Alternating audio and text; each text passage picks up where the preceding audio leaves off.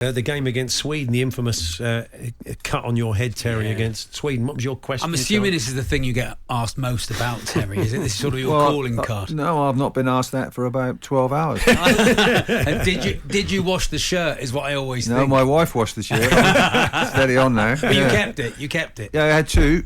One for first half, one second half. I think we sold one for charity, raised a good bit of money at the time. Second one is now at the Scottish Museum, the football museum at Hampden Park, on loan, of course. But it is washed, yes. And someone said to me about, did you wash it? I said yes. He said, well, you should have left it with blood on. I thought, well, that's going to be a health hazard now if that had blood on it. So I mean, nowadays, any blood injury, you're straight off the pitch. There's no way you could have. Well, quite rightly so as well. Yeah, any like a head knock, the head. Was it your choice? It was your choice to stay on, was it? Well, no, not really. Bobby came in and just had a look, and he says, "You okay?" I says, "Yeah, no problem, Gaffer," because I was a captain. Yeah. And I do say in the film, if he'd have taken me off, then I would have hit him. Yeah, I would have done, because it's like I was a captain of the country. Yeah, and that was a World Cup qualifier. So we needed to do well, and Sweden were our sort of bogey team. So it would take more than that head knock to keep me off. Did you feel concussed, Terry? Did you feel like you'd taken a real blow to the head? I mean, you obviously had, but I mean, did you feel? If you see my face with all the scars on it, I get it on a regular basis. But no, what happened was. Finished the game, of course. Blood everywhere. I think blood on every player's sort of shirt or shorts or socks, or whatever it was. And then had that picture, which was is very, very iconic. Which I had image rights for that, but I didn't. Yeah. And then we went to the airport, and I bought all the press contingent a drink. So I must have been feeling concussed when I got to the airport. And it was pretty cheap then, because there was only a few that followed England. Nowadays it's hundreds. Yeah. And then went back and had a few red wines that night. Back to Glasgow on the Thursday, in for training on the Friday, and I was supposed to do an appearance. Didn't do the appearance because I felt dizzy and I felt... So then I went back to my house, went to bed about 3 o'clock in the afternoon, woke up at 10 o'clock on the Saturday morning, played the game against Aberdeen, 1-0. I mean, in all seriousness, that's something else. We talk about blood injuries, but with the concussion protocols, you would have been off. Yeah, but I had plenty of head knocks, and in those days, you really had to feel ultra bad to not make it, and it was always left to the player's choice. It's the wrong thing completely. The protocols. It's all left. Of course, if the manager Bobby Robson asked you, or Graeme Souness it was at the time, are you going to play? You say yes, but Souness didn't say that. He said you're playing on Saturday, and that was it. Wow. Yeah, it's got to be taken out of the players' hands. There was a phoenix from the flames of Terry's goal back with David and Frank did years ago, and so I had a little cameo as we're just showing Terry that picture. We had a great day, actually. We went down to Hendon Football Club, and I'll treasure this. I basically got stuck in the box. You were firing in crosses because between shots, we just have a kick about. Yeah, lovely. Ian Morris, co-creator of The In-Betweeners, who was working on the show, was in goal, was a good keeper. Yeah. And you're belting in crosses. There's 3 or 4 of us trying to get headers in. And I caught one like Scalacci. Yeah. It was one of those proper. And you said, good head, son. I thought, my football career's never going to get any better than forever, that ball, I still dine out on that when Terry Butcher says, good head, son. Can you remember the lineup? We had a line with the national anthem was being played. The national anthem, because England were wearing all white. We had a lineup, and I played Gary Stevens. There was 1 or 2 others, and then we had the bloke from fantasy football. Yeah. We had the Pope, didn't we? Elvis. Anybody who wore a lot of white. And then Steve Hodge came along, and he was saying to me, I'm looking to do a bit more punditry work. I don't think he read the script, because all he actually did was get a bucket of blood thrown over him. And we said, you're done now, Steve. That's it. Thanks, Steve. Cheers, Steve, of course, has got Maradona's... He had the last laugh, didn't he? He did. Exactly. Got the right shirt. He said to me that day, I said, you've got the shirt. And he was saying, yeah, that probably is my pension. He said, someone told me it could be worth 150 grand one day. So I think he was about 6 point whatever million out, wasn't he? But it was 7.150 grand. Good lad.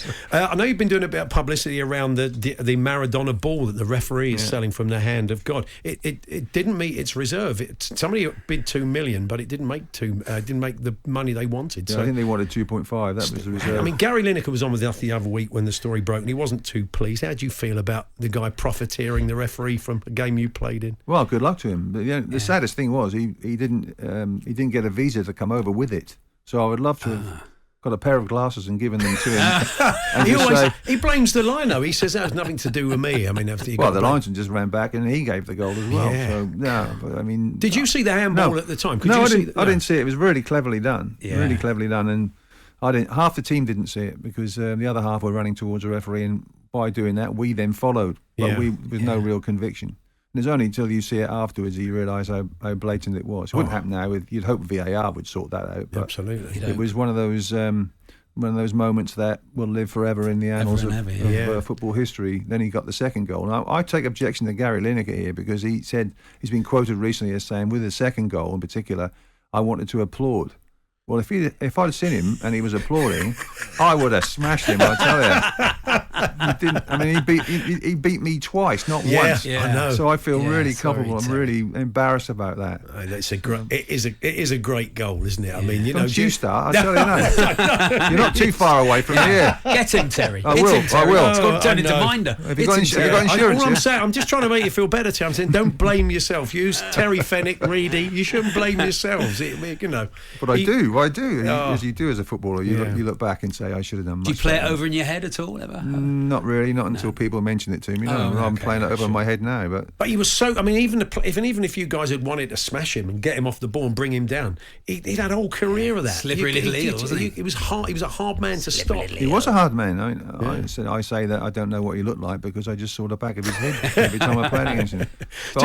But I played in the rest of the world game just after that final out in San Diego, and we played for the rest of the world sort of thing, and me, Pat Jennings and Gordon Strachan and all these people, and he played for the Americas, and I scored in that game remarkably from a Gordon Strachan corner, but it was finished 2-2, and then had penalties, and guess who scored the winner? Maradona. So he haunted me twice that year. Just finally, let's have a look at this World Cup. I mean, defensively, I mean, there are a few concerns. I mean, how are you feeling about? How do you feel England line up better? Do you like them in a three with the personnel they have, or how would you like to see them play? I like them in a three, but I'd like a three in midfield and centre midfield, not just the two. I mean, you got Bellingham and Rice, and obviously Phillips is there short of match practice sort of thing or match fitness. But I think if you're going to play in this World Cup, you've got to have another man in midfield, either like behind, say, a Mount or Maddison or somebody behind Harry Kane. I think if he's going to play that way, not with 3-4-3. I think that leaves us too vulnerable. Yeah, too predictable. But an extra man would allow Bellingham to get forward to bomb on a bit, or Rice when the chance becomes comes. Rice to sit like we had in the World Cup when we went that sort of system, sort of 3-5-2 in many aspects. But I think Gareth has got a big decision to make about the system. I would like to think that he's really contemplating a 4-2-3-1 or something like that, which is very similar to what he's doing now. But I just think that will give the players a bit more confidence and a bit more.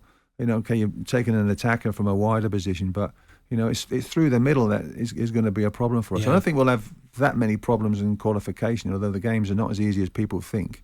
Especially the last game against Wales. England can't lose, must not lose against Wales, whatever. Maybe it takes some inspiration from what Bobby Robson did in that tournament. You can change mid-tournament. Well, they do. They play a sweeper, Paul. You play a sweeper. Yeah. It's not sweepers now, are they? No, they're all comfortable on the ball. Yeah. But I think you change systems during a game to win a game or to hold on to the game or kill a game and so forth. So you change the system. But this England team is very flexible. We were flexible in '90, but this team in particular now is very flexible, so it can change at any time. And I think we have to be like that. And there's a lot of flexible players within the team, not so much players that have only one position to play. They can play in a variety of positions, which certainly helps. Well, Terry, lovely to see you as always. Yeah, lovely to see you. Thank you very much for coming in. Thank you so much. I'd say I really enjoyed the documentary. Charlie's got a couple still to watch, and it is certainly very moving as well. Apart from Totis Galachi's fantastic weave, which is a joy, the Yugoslavia episode is fantastic. So go and check it out. 3-part documentary, Italia 94 Weeks That Changed the World on Sky Documentaries, and enjoy the World Cup, Terry. Good to see you. I will do. Thanks, guys. Thank you very much.